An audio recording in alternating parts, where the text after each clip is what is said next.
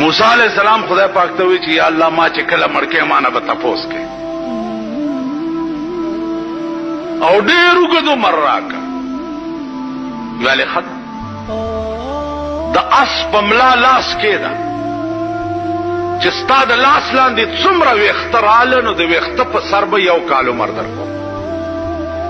عزیزونو د اس ملا به تاسو لیدلي که ني اوس چې بار لاړ شئ چېرته وګورئ د لاس لاندې لکونه ویښته راځي لکونه ویښته.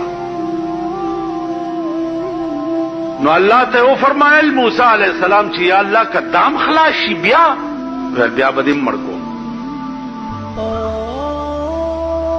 لکونه کاله چې تیر شي بیا به مې مړ کې. او زما قانون دا دی موسی چې کل من علیها فان ويبقى وجه ربك ذو الجلال والاکرام.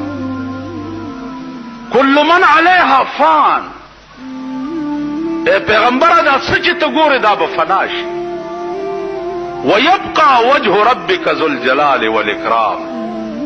داسې وخت به راشي چې صرف ستا د پروردگار ذات به باقی وي نور به هر څه فنا شي. امام مسلم رحمت الله علیه یو ډېر لوی روایت نقل کړی دی